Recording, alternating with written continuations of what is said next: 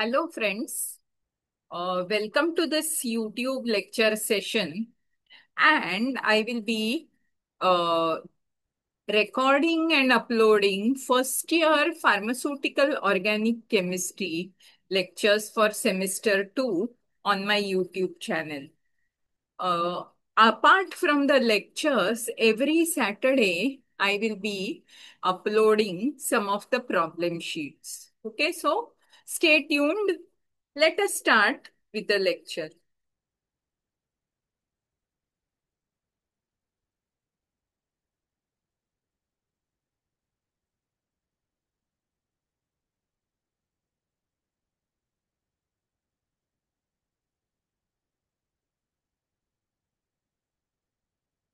So, today's lecture is on alcohols. This is my mail ID. And if you have any difficulties, you can post on the YouTube channel or you can write to me on this mail ID. So, the first slide shows some of the commonly occurring alcohols as per your syllabus. This is just an introductory slide and just have a look at it. The first one is ethyl alcohol or also called as ethanol. And the formula is C2H5OH. As everybody can see over here. Okay, ethyl alcohol is C2H5OH or CH3CH2OH. Methyl alcohol is CH3OH. Chlorobutanol can be 1, 2, 3, or 4 chlorobutanol. I have shown over here 4 chlorobutanol. Since this is butanol, the numbering starts from here 1, 2, 3, and 4 chlorobutanol. Below it is shown 3 chlorobutanol. Okay, similarly, there can be 2 chlorobutanol and 1 chlorobutanol. Next is benzyl alcohol. A caution here, just try to understand the structure of benzyl alcohol. Benzyl alcohol is C6H5CH2OH. Okay. So many times students confuse between benzyl alcohol and phenol. This is benzyl alcohol and the benzyl group is this. Just try to understand C6H5CH2 is benzyl group and C6H5 is called as the phenyl group. Then cetostearyl alcohol is mentioned in your syllabus. Cetostearyl alcohol is a mixture of cetyl alcohol, which is a 16 carbon compound, and stearyl alcohol, which is a 18 carbon compound. So here CH3, 14 CH2 in line, and then CH2. Next is glycerol, commonly known as glycerine. This is every carbon has a OH group, and therefore this is trihydroxypropane or propane 1, 2, 3 triol. Okay. Whereas propylene glycol has only there are 3 carbons, but only 2 carbons have, 2 adjacent carbons have OH. Now coming to methods of preparation of alcohol, although this arrow which is shown here, you may feel it is inverted arrow. Actually, this arrow according to you should be this way around and not this way around. Okay, there are reasons for it why this arrow is shown like that, and that you will understand when you go to second year. In the meantime, I can just correct it. So alcohols can be prepared by reduction of aldehyde, reduction of ester, reduction of ketone, and reduction of carboxylic acid. Okay, this reduction can be brought about by lithium aluminium hydride. So upon reduction, any aldehyde, ketone, ester, and carboxylic acid gets converted to alcohol. Alcohol can also be obtained by breakdown of ether. So when ether breaks down like this, it gets converted to alcohol. And alkene, when it is hydrated or treated with water in presence of acid, also gets converted to alcohol. And alkyl halide, upon treatment with a base like KOH or NaOH or even water, sometimes gets converted to alcohol. So these can be the starting materials for conversion to alcohol. Uh, all these, as I mentioned, an aldehyde or a ketone or acid or ester, when it is treated with lithium aluminum hydride, it gets converted to alcohol. So aldehyde gets converted to primary alcohol. A ketone gets converted to a secondary alcohol. Okay. Aldehyde gets converted to primary. A ketone gets converted to secondary alcohol. There is another way of preparation of alcohols, that is using Grignard reagent. Okay, when Grignard reagent is treated with either aldehyde or ketone, the product formed is an alcohol. You must have learned this in 12th standard. Just try to understand the reaction once again.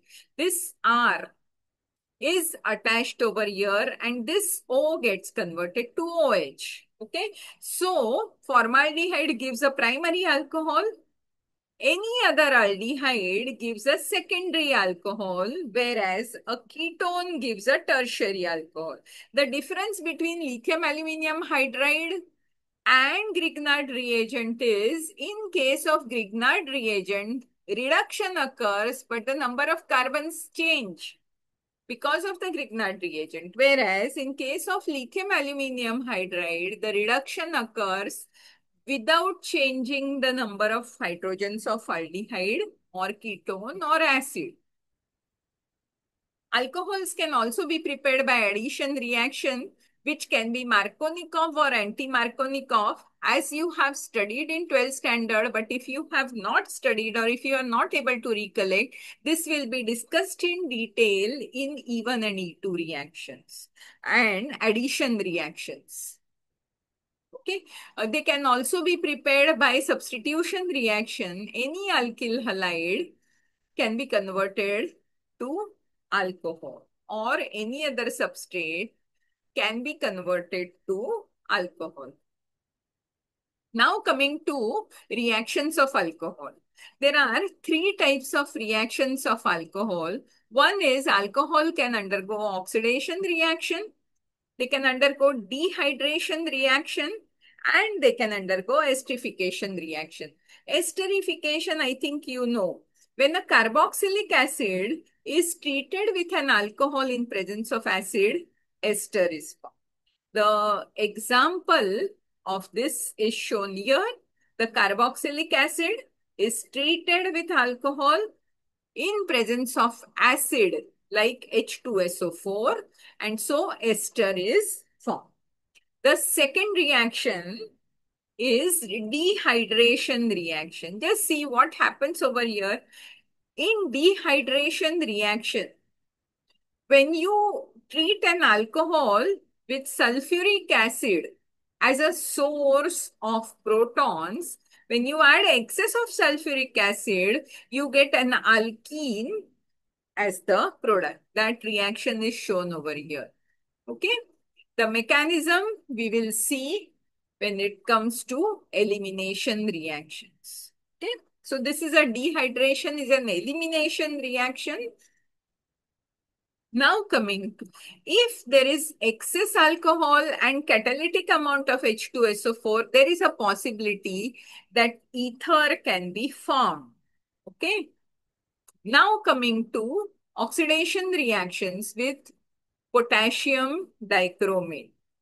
A primary alcohol upon oxidation with potassium dichromate, acidic potassium dichromate solution gives an aldehyde.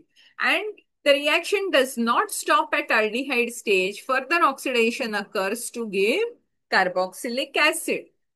That is shown over here. A primary alcohol in presence of dichromate gives an aldehyde. The reaction does not stop over here. Further oxidation of aldehyde occurs to give carboxylic acid. A secondary alcohol upon treatment with dichromate gives a ketone. Okay.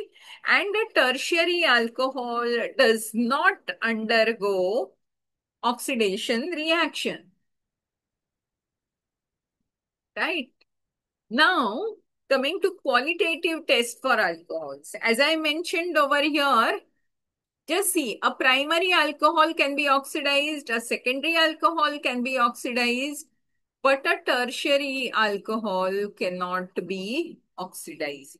So,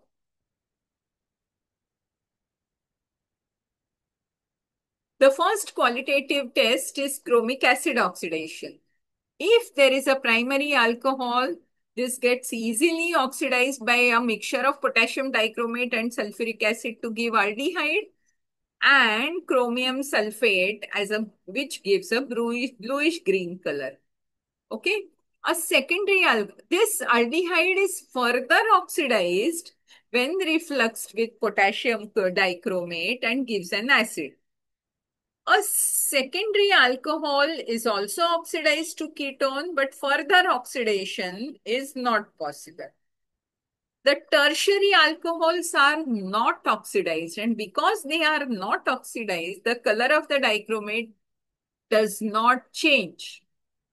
Okay. In first and second case, primary and secondary alcohols change the color of dichromate from orange to bluish green.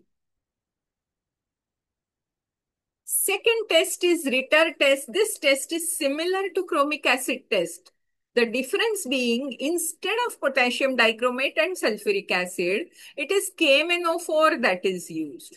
So again, primary and secondary alcohols are oxidized to aldehydes and ketones respectively.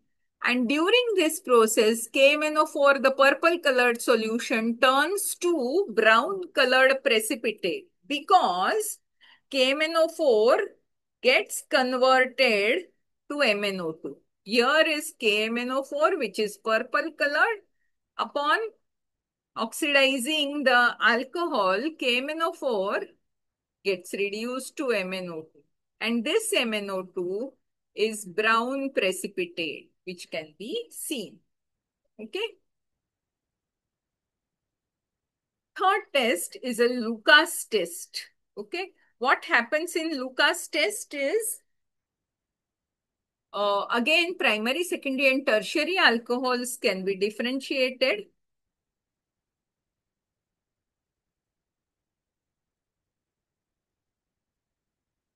Okay.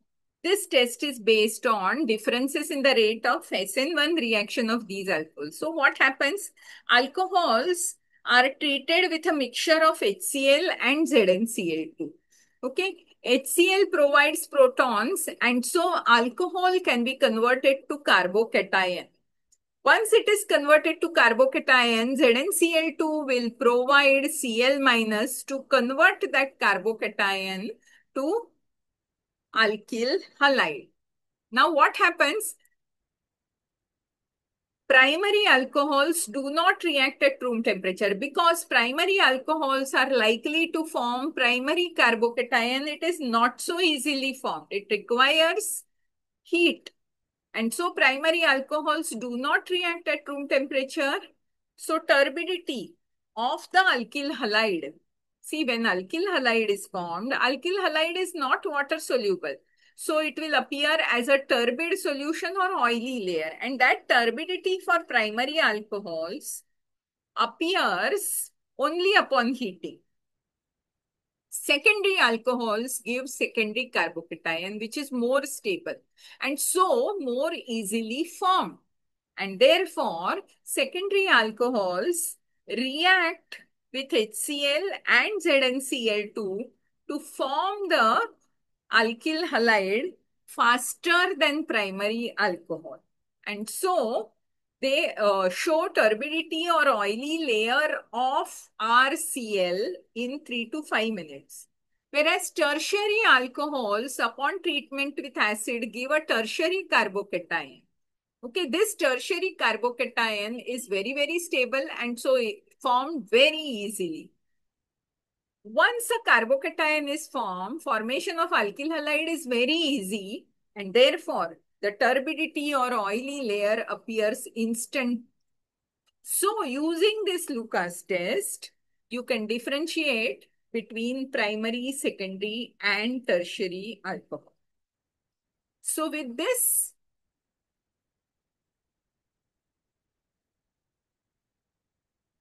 we end today's lecture. If there are any difficulties, please feel free to mail to me or put a message on the YouTube.